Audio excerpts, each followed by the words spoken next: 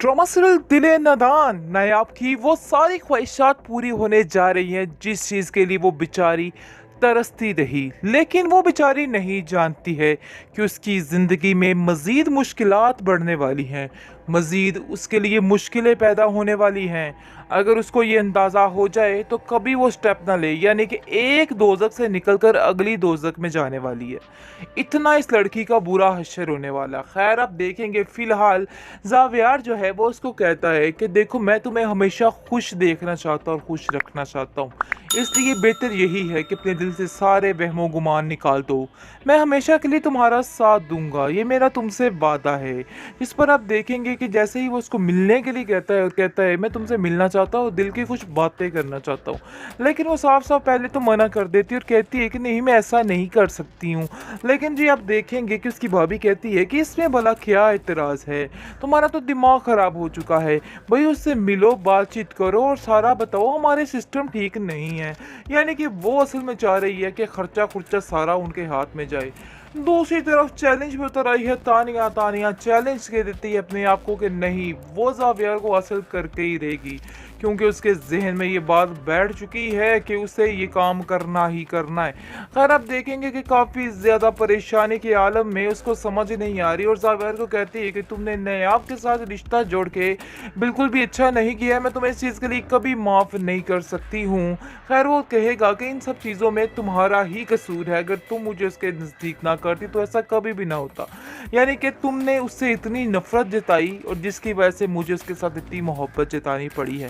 खैर, जो होना था वो हो चुका है, मैं अब पीछे हटने वाला नहीं हूँ और मैं ये बात तय कर चुका हूँ और बहुत जल्द हमारी शादी होने वाली है और तुम भी शिरकत करना बहुत अच्छे दोस्त की तरह। आगे से आप देखेंगे कि वो कहती है कि हाँ, मैं तो ज़रूर ही शिरकत करूँगी, क्योंकि मुझे तो आप लोगों के साथ ही रहना है। खैर, आप देखेंगे उसको इस बात की समझ नहीं आती, लेकिन दादी जान अलबत्ता काफ़ी खुश है। नायाब से मिलके कहती है कि नायाब, तुमने घर को बड़े अच्छे तरीके से संभालना है और थोड़ी चालाकी होशियारी भी दिखाओ भाई, इस तरह से ज़्यादा भोली बन के रहना तुम्हारे लिए बिल्कुल भी ठीक नहीं है। थोड़ा सा होशियार होना पड़ेगा तुम्हें। ये देखो, ऐसे तो तुम्हें लोग छीन झपट के खा जाएंगे और तुम्हारे लिए कितना मसला बन सकता है। तुम्हें इन बातों को समझना होगा, क्योंकि तुम इधर एक चालाक फैमिली, चालाक ख़ानदान में आ रही हो और तुम्हें पता होना चाहिए कि क्या करना है और क्या नहीं करना है। खैर, आप देखेंगे कि वो उसको समझाने की कोशिशों में मुब्तला है। ज़ावियर कहता है कि तुम अपने आप को थोड़ा ठीक करो और अपने आप को इस तरह से परेशान क्यों ज़ाहिर करती रहती हो। तुम बिल्कुल ठीक हो, तुम्हें कुछ भी नहीं और किसी से डरने का कोई खौफ नहीं है तुम्हें। यानी कि ज़ावियर उसको काफ़ी तसल्ली देता है और उसकी ये तसल्ली उसकी हिम्मत बढ़ा देती है और उसको बात करने पर मजबूर कर देती है और अपने आप को थोड़ा-सा महसूस कर रही है कि वो अब ठीक है। आगे से आप देखेंगे ज़ावियार जो है जैसे ही उसे मिलने के लिए कहता है तो उसकी जो भाभी है नयाब की, वो साफ साफ न कह देती है नयाब को कि नयाब बीबी, जाकर साफ साफ अपने बारे में बता देना कि हमारे हालात किस तरह के हैं। हमारे हालात कुछ अच्छे नहीं हैं, तो इसलिए बेहतर यही है कि वो लोग थोड़ा सा हमारा हाथ बटाएं। यानी कि जिस तरह से ये शादी के खर्चे हैं, अकेले चलाना मेरे लिए बहुत मुश्किल हो जाएगा और बहुत मुश्किल है ये सब कुछ करना।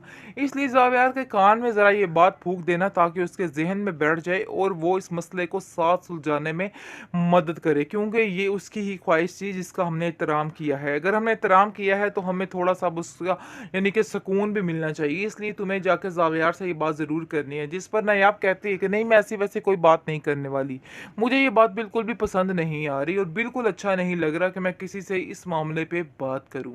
लेकिन ज़ावियार खुद ही हर चीज़ को हैंडल कर लेगा, किसी को परेशान होने की कोई भी ज़रूरत नहीं है।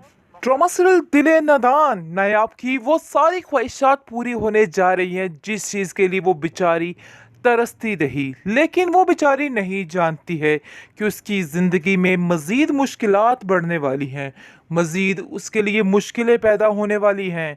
अगर उसको ये अंदाज़ा हो जाए तो कभी वो स्टेप ना ले, यानी कि एक दोज़ख से निकलकर अगली दोज़ख में जाने वाली है।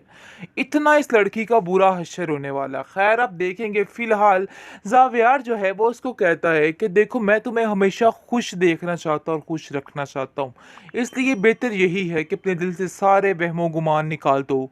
मैं हमेशा के लिए तुम्हारा साथ दूंगा, ये मेरा तुमसे वादा है।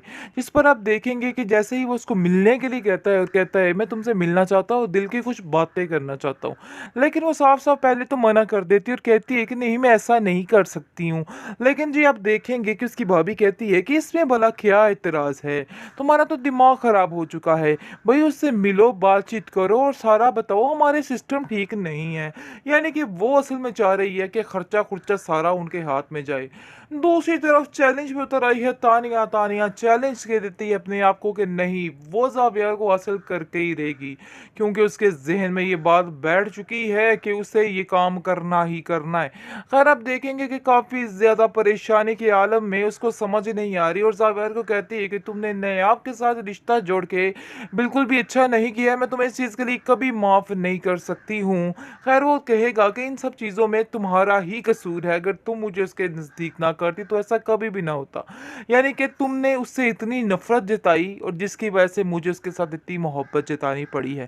खैर जो होना था वो हो चुका है, मैं अब पीछे हटने वाला नहीं हूँ और मैं ये बात तय कर चुका हूँ और बहुत जल्द हमारी शादी होने वाली है और तुम भी शिरकत करना बहुत अच्छे दोस्त की तरह। आगे से आप देखेंगे कि वो कहती है कि हाँ, मैं तो ज़रूर ही शिरकत करूँगी क्योंकि मुझे तो आप लोगों के साथ ही रहना है। खैर आप देखेंगे उसको इस बात की समझ नहीं आती, लेकिन दादी जान अलबत्ता काफ़ी खुश है। नायाब से मिलके कहती है कि नायाब तुमने घर को बड़े अच्छे तरीके से सँभालना है और थोड़ी चालाकी होशियारी भी दिखाओ भई, इस तरह से ज़्यादा भोली बन के रहना तुम्हारे लिए बिल्कुल भी ठीक नहीं है।